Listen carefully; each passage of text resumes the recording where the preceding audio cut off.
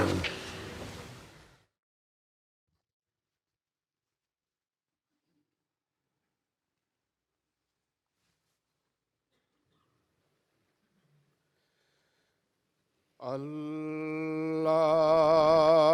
الله أكبر.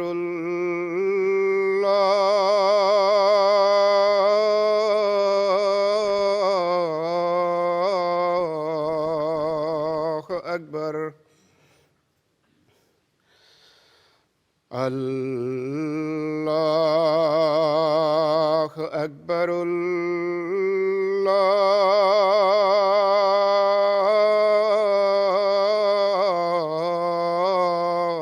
الله أكبر.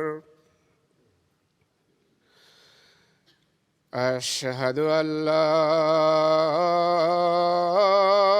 إله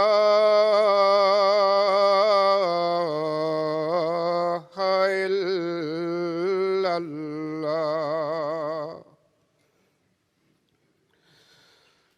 أشهد أن لا إله إلا الله.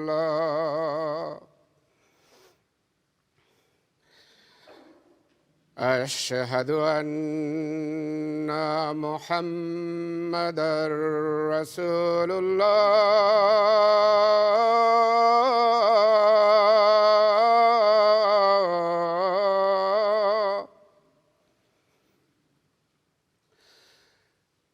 أشهد أن محمدًا رسول الله.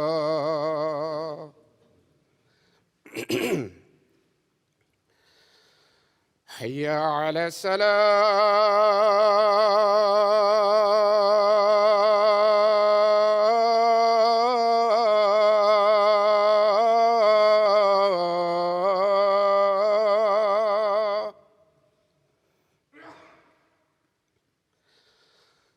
حي على الصلاة.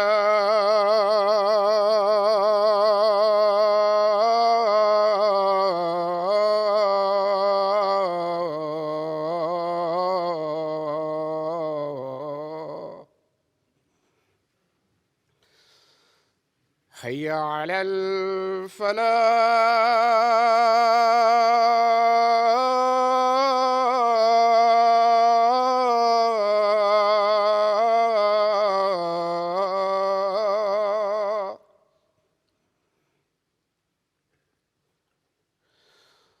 حي على الفلاح.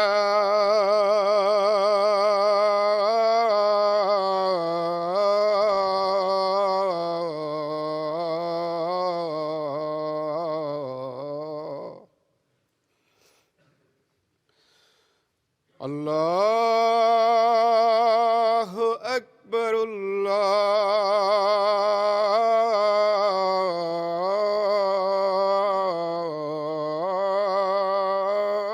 الله أكبر. لا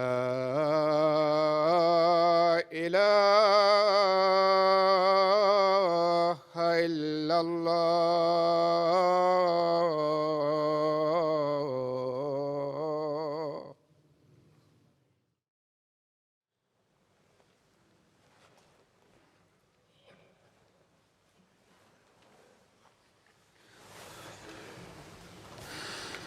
السلام عليكم ورحمة الله.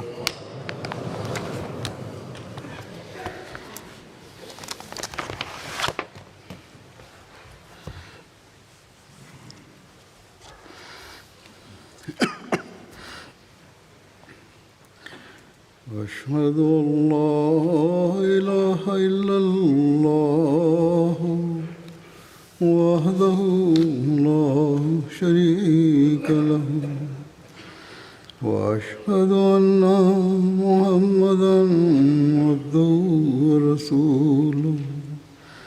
أما بعد فأعوذ بالله من الشيطان الرجيم. بسم الله الرحمن الرحيم الحمد لله رب العالمين الرحمن الرحيم مالك يوم الدين إياك نعبد وإياك نستعين اهدنا الصراط المستقيم صراط الذين أنعمت عليهم غير المغضوب عليهم ولا الضالين.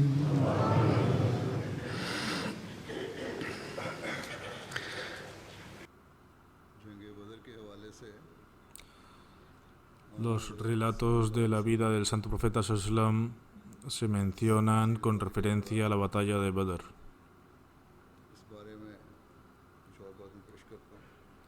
Voy a presentar algunos detalles más en relación con esto, con respecto al trato amable del santo profeta sallam hacia los prisioneros una vez concluida la batalla de Badr. Está escrito en Tabakat Ibn Sa'd que cuando llegaron los prisioneros de Badr, el tío paterno del santo profeta sallam, Hazrat Abbas, también estaba entre ellos. Como tal, el santo profeta sallam no durmió en toda la noche. Uno de sus compañeros le preguntó al santo profeta sallam: «Oh mensajero sallam de Allah, ¿qué te ha mantenido despierto?». Ante esto el santo profeta sallam respondió: el sonido de la agonía de Abbas. Posteriormente, alguien fue y aflojó los grilletes de Hazrat Abbas.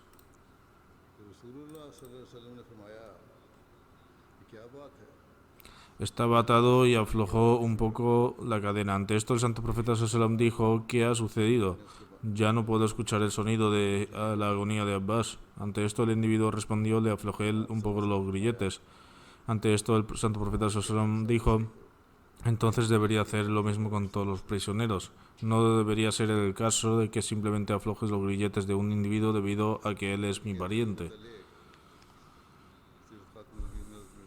En relación con los prisioneros de la batalla de Badr, Hazrat Mirza Bashir Ahmad Sahib ha presentado los detalles de Sirat Khatam al-Nabiyyin, la vida y el carácter del sello de los profetas. El santo profeta sallam permaneció en el valle del Badr durante 3 días. En este tiempo se dedicó a amortajar y enterrar a los mártires y cuidar a los heridos. Asimismo, durante estos días se recogían y clasificaban los despojos.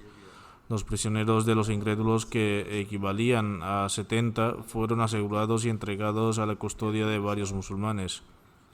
El santo profeta sallam ordenó estrictamente a los musulmanes que trataran a los prisioneros con gentileza y amabilidad, y para asegurarse de que sus comodidades fueran atendidas. Los compañeros, que poseían un amor apasionado por cumplir todos los deseos de su amo, actuaron de acuerdo con esta advertencia tan maravillosamente que no puede encontrar nada parecido en la historia del mundo. Por lo tanto, de entre estos prisioneros, un prisionero llamado Abu Aziz bin Umar relata que, debido a la exhortación del santo profeta sallam, los ansar que me darían pan horneado, pero ellos mismos subsistirían con dátiles, etc. Muchas veces sucedía que incluso si lograban conseguir un pequeño trozo de pan, me lo daban y no lo comían ellos mismos. Si alguna vez se lo devolvieran avergonzado, insistirían en que me lo quedara. A los presos que no tenían ropa suficiente se les dio ropa. Como tal, Abdullah bin Ubay le dio a Abbas su camisa.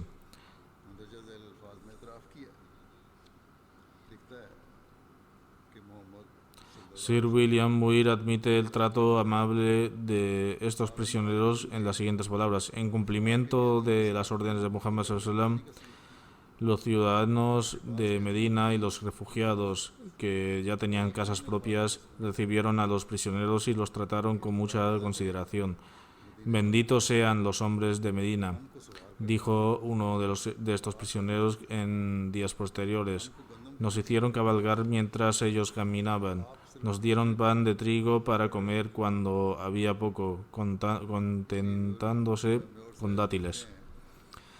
Sir William Muir agrega: no es de extrañar que cuando algún tiempo después sus amigos vinieron a rescatarlos, varios de los prisioneros que habían sido así recibidos se declararon adherentes al Islam. Su amable trato se prolongó así y dejó una impresión favorable a las mentes incluso de aquellos que no se pasaron al Islam de inmediato. En relación con el significado y el impacto de la batalla de Badr, se menciona que cuando Abdullah bin Rawaha y Zaid bin Haritha trajeron las buenas nuevas de la victoria de la batalla de Badr a Medina, al escuchar las buenas nuevas de la victoria de sus labios, el enemigo de Allah, Ka'b bin Ashraf, comenzó a acusarlos de mentiras. Él dijo: Muhammad sallallahu alaihi wasallam ha matado a estos líderes prominentes. Entonces sería mejor vivir dentro de la tierra, en lugar de vivir en ella. Sería mejor morir que permanecer vivo. Al declarar el resultado de la batalla de Badr, Allama Shibli Nomani escribe en su libro que la batalla de Badr tuvo un impacto diverso en las circunstancias religiosas y sociales de la tierra. Este fue, de hecho, el primer paso del avance del Islam. Todos los líderes destacados de Quraysh, que eran como muros de hierro en el camino del Islam, perecieron. Después de la muerte de Utba y Abu Jahl, Abu Sufyan recibió el liderazgo de Quraysh y esto comenzó la dinastía de Omeya.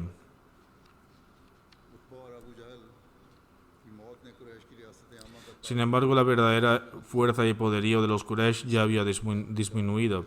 En Medina, Abdullah bin Ubay bin Salul todavía se declaraba abiertamente incrédulo, pero ahora parecía haberse acercado al rey del Islam. Tras la victoria de Badr, aceptó el Islam superficialmente, aunque permaneció hipócrita durante toda su vida y murió en este mismo estado. El resto de las tribus árabes que fueron testigos de estos eventos, aunque no fueron conquistados, sin embargo retrocedieron.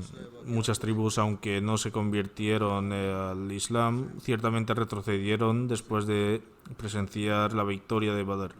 Dejaron de intrigar contra los musulmanes o se asustaron. Además de este cambio de situación, surgieron nuevos acontecimientos entre la oposición. Ya se había hecho un pacto con los judíos de que estarían con ellos los musulmanes en todas las circunstancias. Sin embargo, esta victoria encendió un fuego de celos dentro de ellos y no pudieron sofocarlo. Anteriormente, los Quraysh solo se lamentaban por Hazrami, pero luego de la batalla de Badr, cada hogar era un lugar de luto y cada niño en la Meca estaba desesperado por vengar la muerte de aquellos que murieron en la batalla de Badr.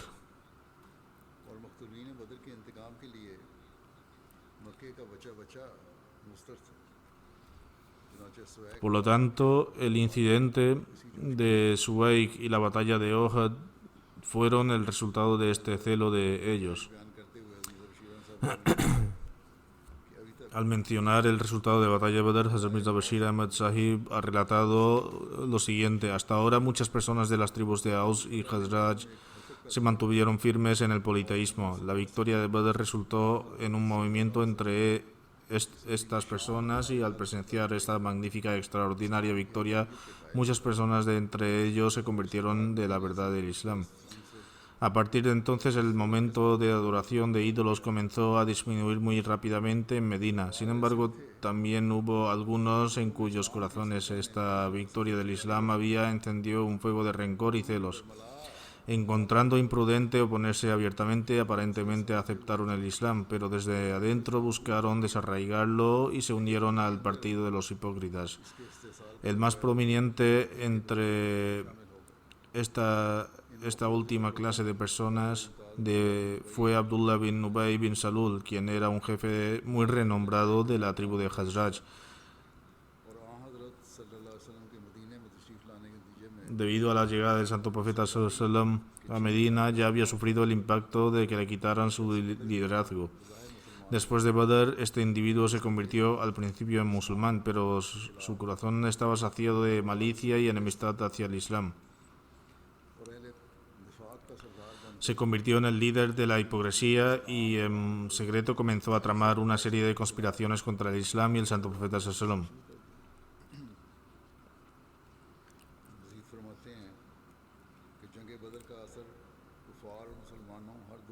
Hazrat Mirza Bashir Ahmad Sahib afirma además: la batalla de Badr tuvo un efecto profundo y duradero tanto en los incrédulos como en los musulmanes. Es por esta razón que esta batalla posee un significado distinto en la historia del Islam, hasta el tal punto que el Sagrado Corán ha llamado a esta batalla Yawm al-Furqan, es decir, el día en que se hizo una distinción manifiesta entre el Islam y la incredulidad. No hay duda de que también tuvieron lugar otras guerras entre los Quraysh y los musulmanes después, y algunas de ellas fueron inmensamente feroces. En ocasiones los musulmanes se enfrentaron a situaciones delicadas, pero en la batalla de Badr la columna vertebral de los Quraysh se rompió y ninguna operación quirúrgica pudo repararla de forma permanente a partir de entonces. En lo que respecta al número de bajas, no fue una gran derrota. La muerte de 70 o 72 guerreros para un pueblo como los Quraysh de ninguna manera puede considerarse una devastación nacional.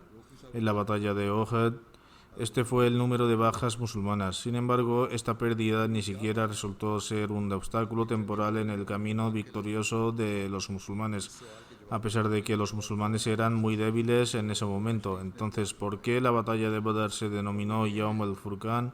En respuesta a esta pregunta, la mejor respuesta está en las siguientes palabras del Sagrado Corán.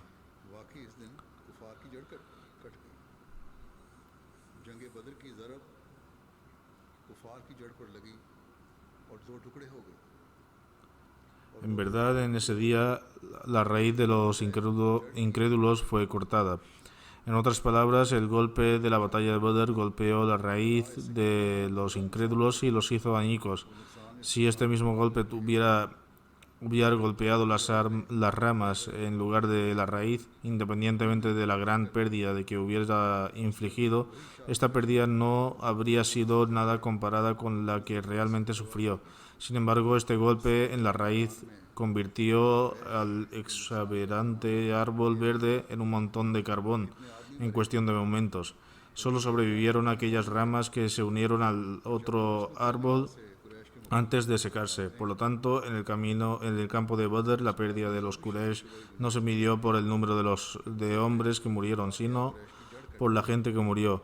Cuando echamos un vistazo a las bajas de los Quraysh desde esta perspectiva, no queda lugar para la más mínima duda o incertidumbre de que en Badr la raíz de los Quraysh fue realmente cortada.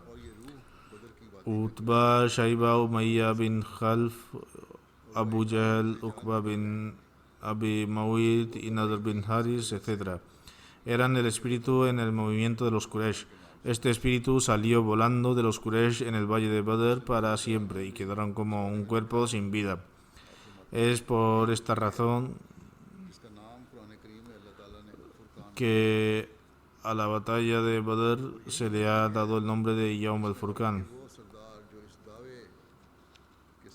En referencia a esto, el Muslim Maud afirma: esta es la misma batalla de que Dios Altísimo ha llamado Furqan en el Sagrado Corán y fue durante esta batalla que fueron eliminados los jefes árabes que abandonaron sus hogares afirmando que destruirían el Islam de una vez por todas.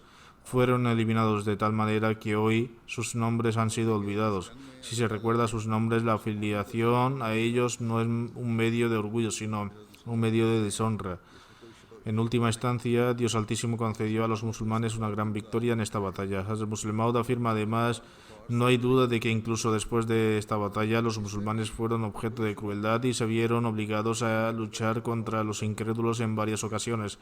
Sin embargo, la batalla de Badr sin duda aplastó por completo la fuerza de los incrédulos y demostró ante ellos el poderío de los musulmanes. La batalla de Badr, a la que se hace referencia como Furqán en el Sagrado Corán, también ha sido profetizada en la Biblia. En el libro de los Isaías, capítulo 21, versículo 13 al 17, está registrado: profecía sobre Arabia. En el bosque pasaréis la noche en Arabia, oh caminantes de Dan. Salid a encontrar el sediento, llevadle agua, moradores de la tierra de Tema. Socorred con pan al que huye, porque ante la espada huye, ante la espada desnuda, ante el arco entesado, ante el peso de la batalla. Porque así me ha dicho Jehová: de aquí a un año semejante a años de jornalero, toda la gloria de Cedar será deshecha.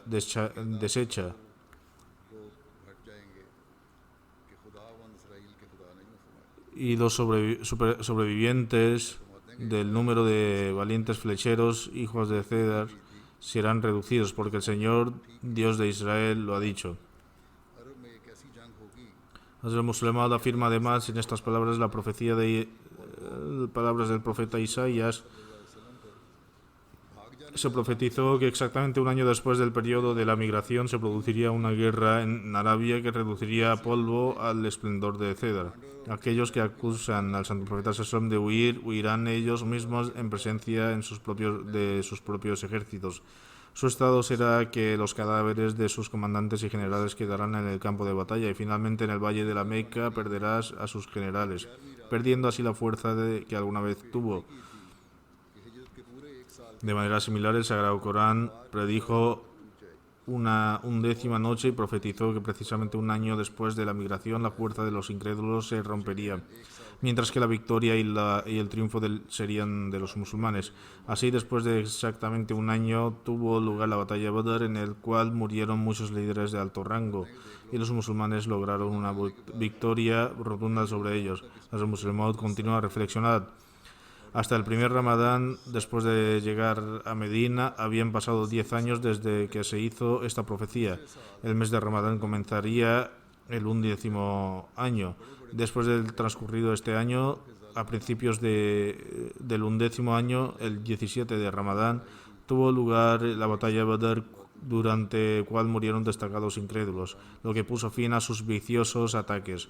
La 11ª noche que había vencido a los musulmanes ya había pasado. A través del fervor y la ayuda del Dios Altísimo, los musulmanes fueron testigos del amanecer de la victoria y el triunfo. Con respecto a la excedencia de los compañeros que tomaron parte de la batalla de Badr, está registrado que Hazrat Gabriel se acercó al santo profeta Sallam y le dijo: entre los musulmanes, ¿qué rango le das a los que participaron en la batalla de Badr? El santo profeta Sallam respondió: son los mejores musulmanes. O una declaración similar, el ángel Gabriel dijo: del mismo modo, los ángeles que participaron en la batalla de Badr también tienen un alto rango. El incidente que voy a narrar ya ha sido mencionado con referencia a Hazrat Ali. Sin embargo, lo mencionaré nuevamente debido a su significado en este contexto. Ubaidullah bin Abi Rafi narra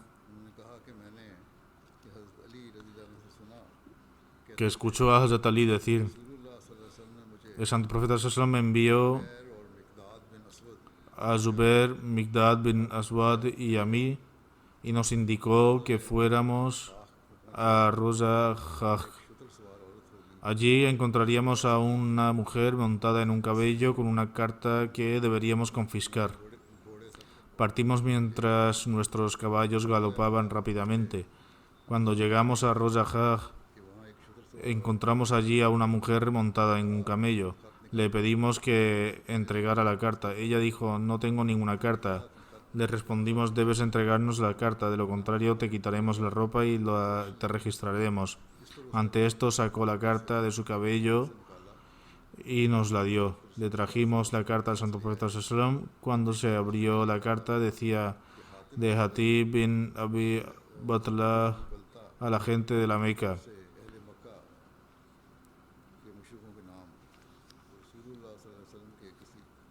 Les estaba informando sobre el plan del Santo Profeta ﷺ. El Santo Profeta ﷺ llamó a Hatib y le preguntó, oh Hatib, ¿qué es esto?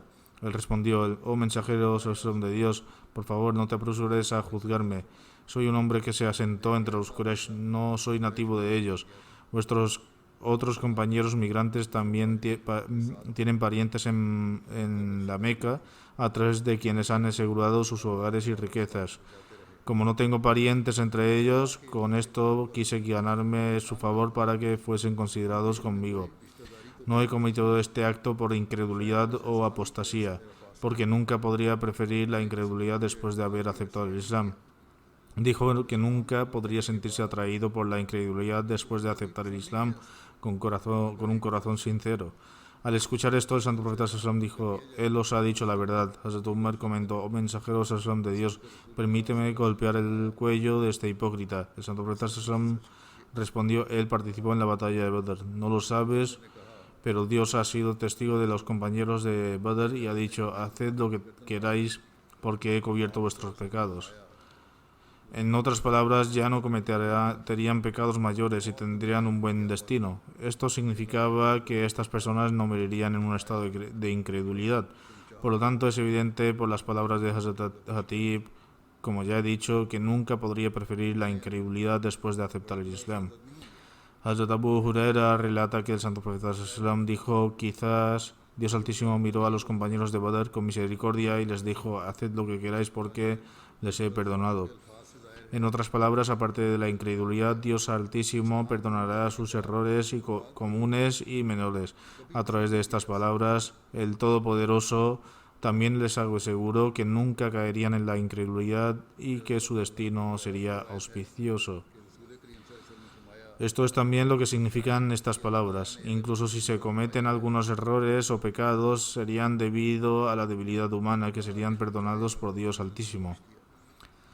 al-Mu'minin Hazrat Hafsa relata, el Santo Profeta ﷺ dijo, tengo la esperanza que aquellos que participaron en la batalla de Badr y Hudaybiyah, si Dios quiere, nunca entrarán en el fuego del infierno. Les dije, oh mensajero ﷺ de Dios, ¿qué ha dicho Allah? Y no hay ninguno de vosotros que no venga a él. Ante esto, el Santo Profeta ﷺ dijo, ¿no habéis oído las siguientes palabras de Dios Altísimo? Entonces salvaremos a los justos y dejaremos a los malhechores allí, de rodillas.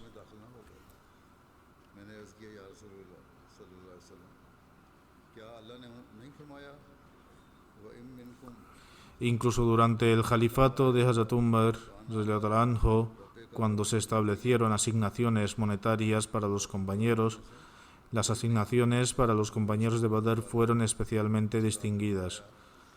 Los mismos compañeros de Badr estaban orgullosos de su participación en la batalla. Sir William Weir describe: los compañeros de Badr fueron considerados los miembros más destacados de la sociedad. Cuando se acercaba la muerte de Sa'd bin Abi Waqqas a la edad de 80 años, dijo: traedme la túnica que usé durante la batalla de Badr, la que había estado guardando para este día. Este era el mismo Sa'd que estaba en su mejor momento durante la época de Badr y que más tarde conquistó Persia y estableció Kufa y se convirtió en el gobernador de Irak. Sin embargo, en su opinión, todos los demás elogios no se comparan con el honor y orgullo de haber participado en la batalla de Badr. Consideró el manto que usó el día de Badr más respetable que todos los demás mantos. Su último deseo fue que lo enterraran en la tumba envuelto en esa misma túnica. नौजवान थे और जिनके हाथ पर बाद में ईरान फतह हुआ और जो कूफा के वाली और इराक के गवर्नर बने, मगर इसकी उनकी नज़र में ये तमाम इज़्ज़तें और फ़ख्र जंग बदर में शिरकत के इज़्ज़त और फ़ख्र के मुकाबले में बिल्कुल Uno puede medir la importancia y la excelencia de los compañeros de Badr por el hecho de que por el hecho de que uno de los advenimientos del Mahdi en esta umma establecido por el santo profeta sallallahu fue que también tendría un libro en el que tendría los nombres de 313 compañeros, de acuerdo con el número de los compañeros de Badr. Así, el Mesías prometido, alayhi salatu wassalam, afirma: se ha mencionado en un auténtico hadith, tradición, que el Mahdi prometido tendría un libro publicado en el que escribiría los nombres de 313 de sus compañeros. Como tal, es necesario mencionar esta profecía que se ha cumplido hoy. Es evidente que hasta ahora no había ni una sola persona en esta umma que afirmara ser el Mahdi, en cuya época hubiera imprentas o que tuviera un solo libro en el que hubiera podido escribir los 313 personas. Por supuesto, si este trabajo estaba dentro del alcance del esfuerzo humano, entonces podría haber habido muchas personas antes de esto que podrían haber hecho afirmaciones falsas sobre sí mismos. Sin embargo, la realidad es que las profecías de Dios contienen requisitos tan extraordinarios que un mentiroso no puede aprovecharse de ellos y no se le conceden los medios que se conceden a los veraces. El Mesías prometido alayhi salatu wassalam afirma además en su libro Jawahir al-Asrar, que fue publicado en el 840 después de la Hijra, Sheikh Ali Hamza bin Ali Malik al-Tausi escribe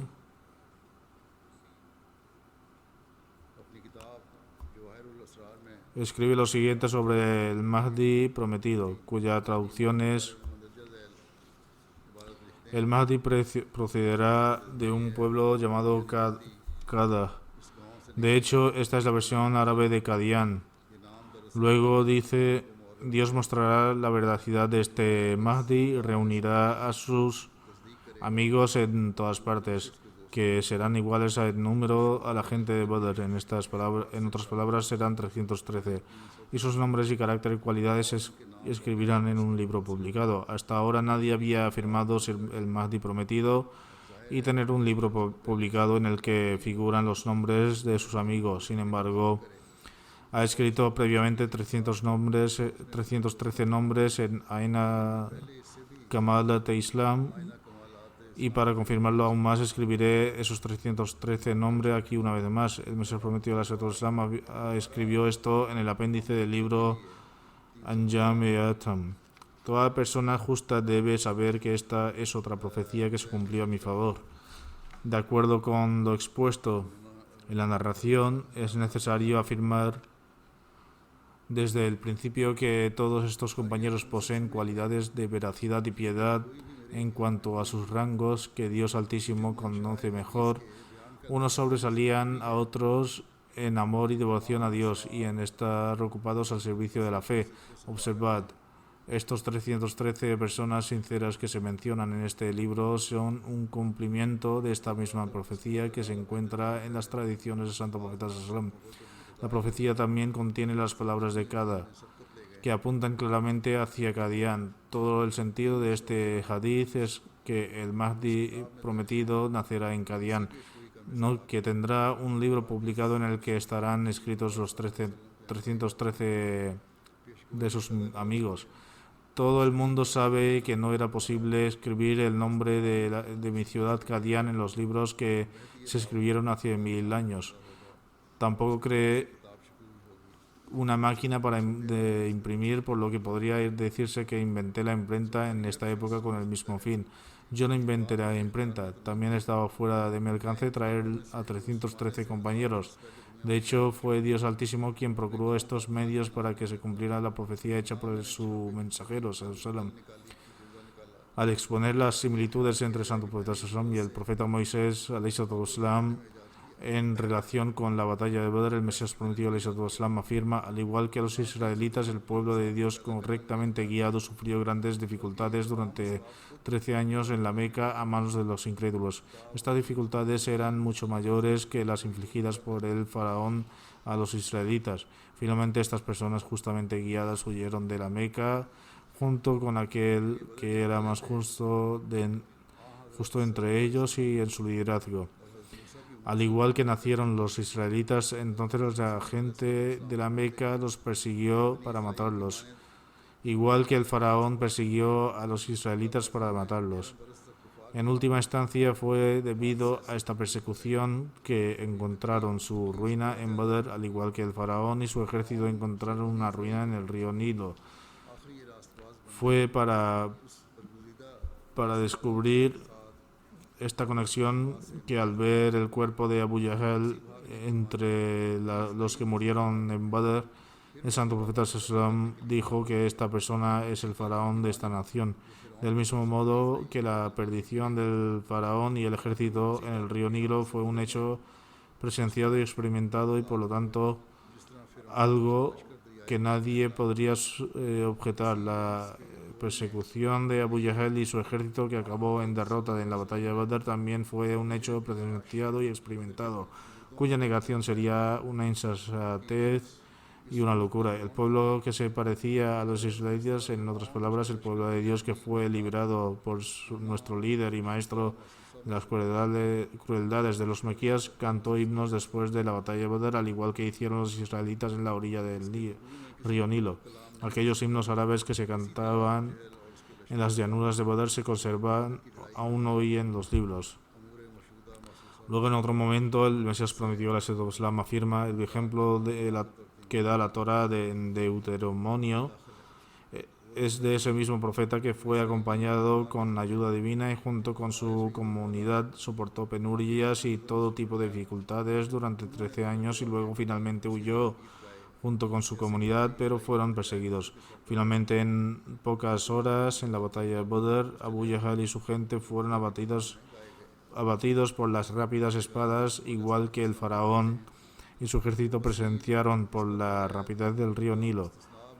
Obsérvese la claridad y cómo desde el punto de vista del testimonio y la experiencia, ambos incidentes, el de Egipto y el de la Meca, guardan un parecido tan marcado.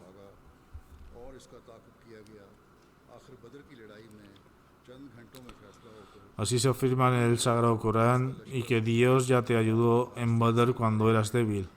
En su libro Jutba Ilamia, al mencionar una sutil semejanza entre Badr, luna llena, y el siglo XIV, el Mesías prometido al-Islam afirma: la traducción del urdu es la siguiente: el número 400 es posterior a la migración del santo profeta sallam, que fue el sello de los profetas sallam para que se cumpliera la victoria del Islam, que ya ha sido prometida en el Sagrado Corán. En otras palabras, la declaración de Dios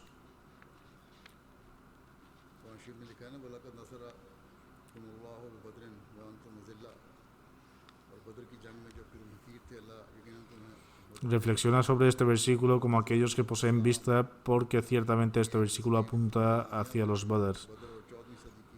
Primero fue el Badr que vino en ayuda de los primeros y el segundo Badr que fue una señal para los que venían después.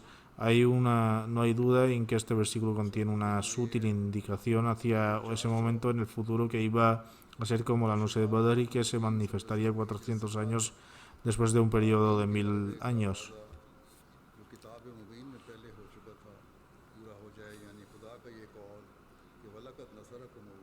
Esta es la metáfora utilizada por Dios Altísimo cuando menciona la noche de Badr. Además, también aceptamos que este versículo tiene otros significados que pertenecen a épocas anteriores, como sabrán los eruditos, porque este versículo tiene dos perspectivas. Hay dos épocas de ayuda y dos Badrs. Un Badr se refiere a los tiempos pasados, mientras que el otro Badr se refiere a los tiempos venideros. Cuando los musulmanes se encuentren en un estado extremadamente bajo, como se puede ver en los tiempos actuales, el Islam comenzó como la luna creciente. y se decretó que finalmente en los últimos días se convertiría en una luna llena, Badr, por orden de Dios. El Islam comenzó como la luna creciente y se decretó que finalmente en los últimos días se convertiría en la luna llena, por orden de Dios. Son estos mismos significados los que Dios Altísimo indica en las palabras: y Dios ya te ayudó en Badr cuando eras débil. Por lo tanto, reflexionad sobre este asunto con detenimiento y no seas como los ignorantes. De hecho, las palabras en árabe, laqad nasrakum, han sido utilizadas como árabe, como dice en árabe, yansurukum, considerando otros aspectos y tal y como es evidente para aquellos que poseen entendimiento. Por lo tanto, por el bien del Islam, Dios Altísimo decretó que después de tener que enfrentar un estado de debilidad 2 veces, el Islam también debía ser honrado 2 veces. Encontrarse con el pueblo judío, para quien se decretó como castigo que después de 2 honores tuvieran 2 humillaciones, tal como se lee en los relatos de aquellos transgresores y tiranos en el capítulo Bani al-Israel. En el momento en que los musulmanes tuvieron que soportar la humillación de la Meca, Dios les hizo una promesa con las siguientes palabras: se da permiso para luchar a aquellos contra los que se hace la guerra porque han sido agraviados, y Allah ciertamente tiene poder para ayudarles. Al decir ayudarles, Dios indicó que los incrédulos sufrirían el castigo a manos de los creyentes. Y así esta promesa de Dios se cumplió el día de Badr, cuando los incrédulos fueron muertos por las espadas de los musulmanes que llovían sobre ellos.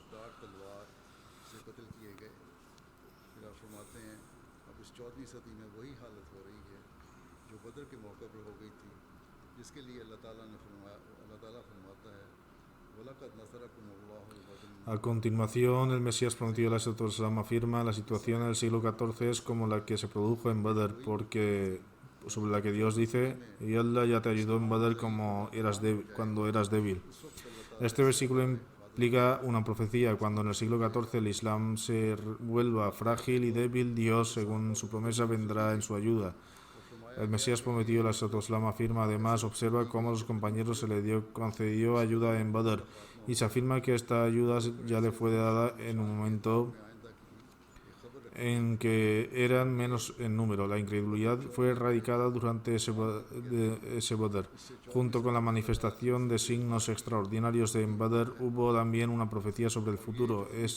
Esto se debe a que Badr es también el nombre de la luna llena. Esto es un indicio de que la manifestación de la ayuda de Dios Altísimo en el siglo XIV. Incluso las mujeres dirían que el siglo XIV traería consigo el bien y las bendiciones. Las palabras Dios resultaron ser ciertas, y en el siglo XIV, de acuerdo con la voluntad de Dios Altísimo, se manifestó el Buruz subordinado de Ahmad. En mi persona, el Mesías prometido alaihi salam dijo respecto a sí mismo que él es el Buruz de Ahmad, que fue profetizado en el incidente de Badr y a quien Santo Profeta Sassam transmitió su saludo de paz. Sin embargo, es una lástima que cuando se manifestó la luna en el siglo XIV se le tachara de tener motivos egoístas. Hay de aquellos que vieron pero no vieron, que vivieron los tiempos pero no lo reconocieron, los que lloraban en sus púlpitos y decían que esto ocurriría en el siglo XIV han muerto. Ahora quedan los que se deben a sus púlpitos y dicen que el que ha venido es mentiroso. ¿Qué les pasa? ¿Por qué no ven y por qué no piensan? En ese momento Dios Altísimo proporcionó ayuda a Badr y ayudó a los que eran débiles. En el momento en que solo había 313 hombres en el campo de batalla, tenían un total de 2 o 3 espadas de madera. Entre los 313 había sobre todo jóvenes. ¿Qué estado más débil puede haber?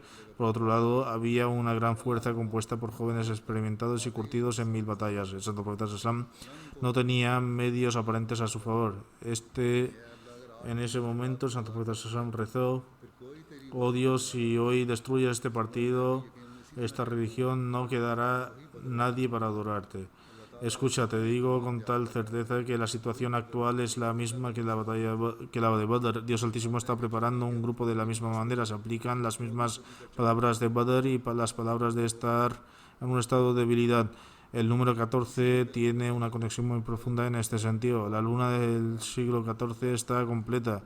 A este mismo punto al que alude Dios Altísimo en lo que sigue.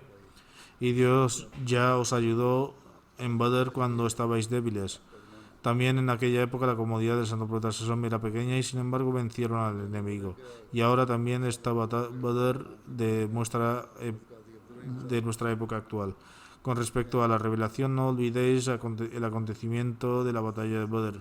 Hazrat Qadi Abdurrahim Sahib ha escrito en su diario del 17 de febrero de 1904: anoche el Mesías prometido relató un sueño en el que oyó a alguien decir: no olvidéis el acontecimiento de la batalla de Badr. Que Dios Altísimo nos inculque la comprensión del significado de la batalla de Badr y que entendamos la razón del advenimiento del verdadero siervo del santo profeta Sallam.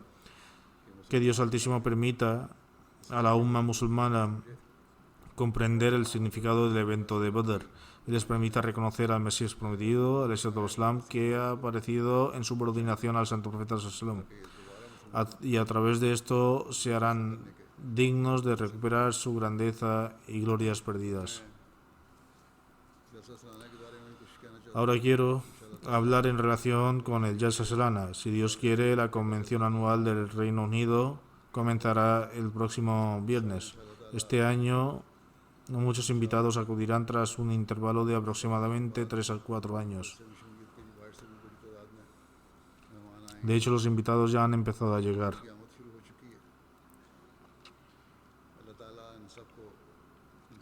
Que Dios Altísimo conceda facilidad y comodidad a todos los que viajan y que lleguen aquí sanos y salvos.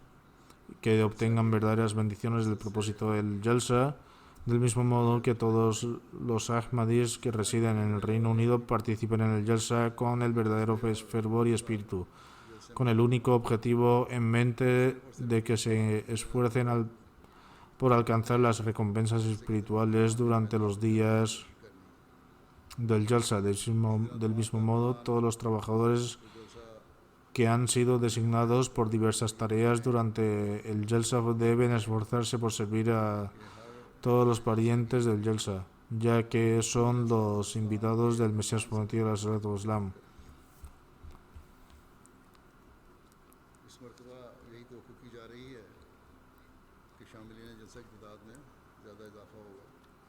En esta ocasión se estima que habrá un aumento del número de participantes y debido a ello es posible que sigan existiendo algunas carencias organizativas. Mashallah, tengo la esperanza de que la comunidad del Reino Unido ha adquirido tanta experiencia en su organización que ya habrá resuelto la mayoría de los problemas y solo quedarán pequeñas deficiencias, si es que las hay. Además, si surge algún problema, sabrán resolverlo de la mejor manera posible. Que Dios haga que no surjan problemas de este tipo que causen molestias a los invitados. El Islam pone gran énfasis en honrar y respetar a los invitados. Por lo tanto, aquellos invitados que acuden a la llamada del Mesías prometido al Islam con fines puramente religiosos, todos y cada uno de los que están de servicio y los anfitriones deben servirles y honrarles especialmente. Este servicio suyo debe ser llevado a cabo puramente por sentimientos de sacrificio y mientras se busca la complacencia de Dios Altísimo.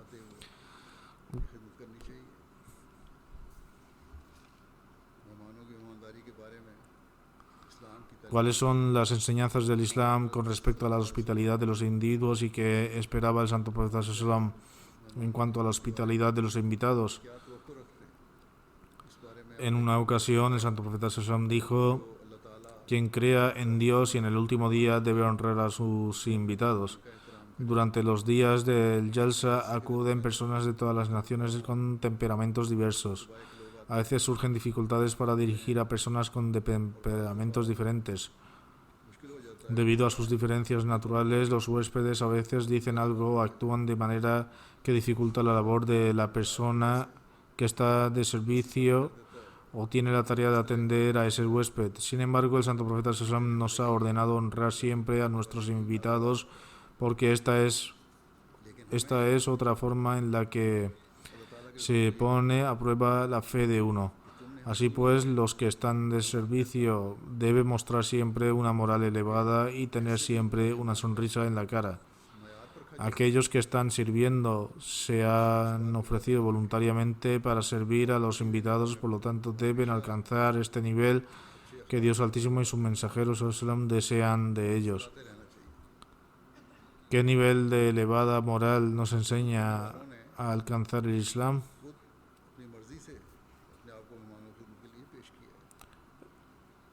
El Santo Profeta ﷺ afirma a este respecto: sonreír a tu hermano es caridad, ordenar el bien y prohibir el mal es caridad, dar indicaciones a una persona perdida o un ciego es caridad para ti, quitar una piedra, una espina o un hueso del camino es caridad para ti, es decir, retirar cualquier basura, echar lo que queda de tu canasta en la canasta de tu hermano es caridad para ti.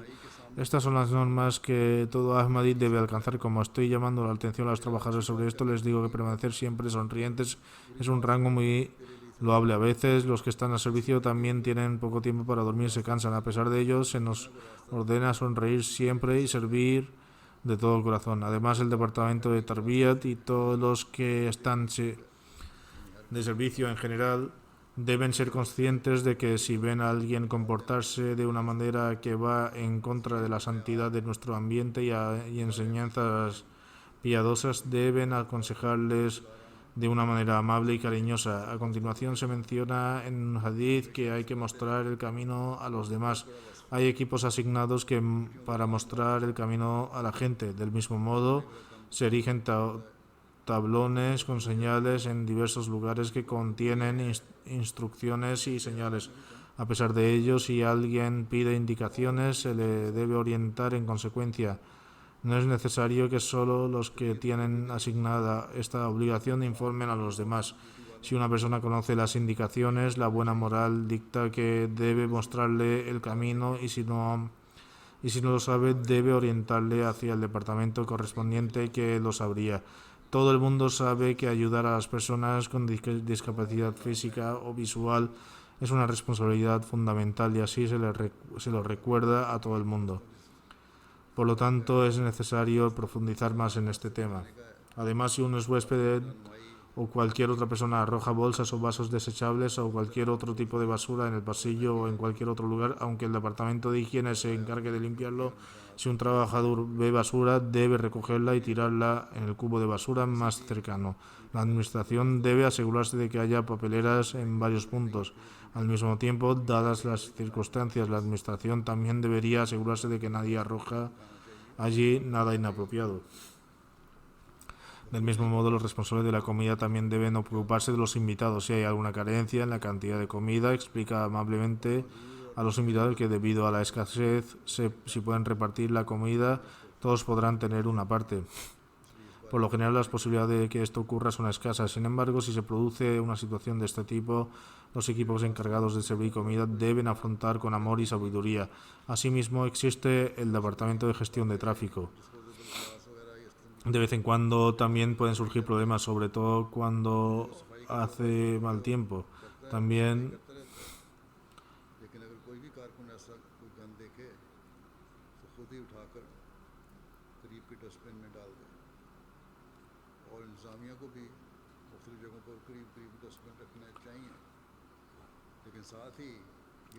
en este caso me gustaría decir a los invitados que cooperen con los que trabajan en el departamento de tráfico. Los que trabajan en este departamento también deben mostrar la mejor de las morales. Del mismo modo, hay muchos otros departamentos en Jalsa Solana. Cada uno de ellos debe actuar siguiendo la guía del Santo Profeta Sallam para permanecer siempre sonriente.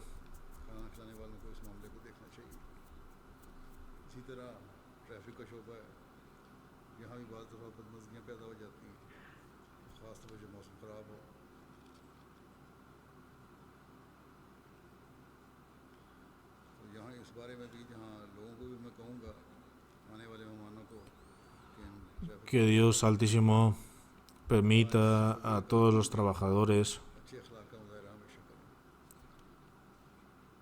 और इसी तरह दूसरे मुख्तलिफ शोबाजात हैं जैसे कि हर एक को हज़रत सल्लल्लाहु अलैहि वसल्लम की इस हिदायत पर अमल करते रहना चाहिए कि हमेशा उसका que Dios Altísimo permita a todos los trabajadores के तमाम कारकुनान del deber de servir de la mejor manera और जलसा हर लिहाज से बरकत हो, y que el Jalsa sea bendecido हर अहमदी को en todos los sentidos. कामयाबी के लिए Todos los Ahmadis deberían rezar especialmente por el éxito del Jalsa, que Dios Altísimo nos lo permita.